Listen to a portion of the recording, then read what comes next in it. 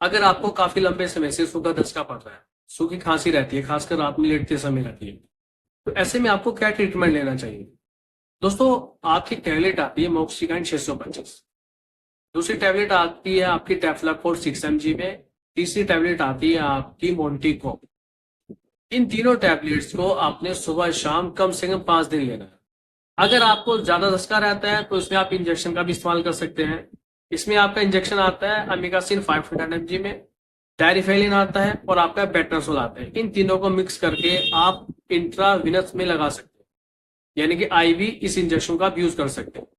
ज्यादा नहीं, आप 2-3 इंजेक्शन सुबह शाम इस तरह से इनको लगवा सकते हैं।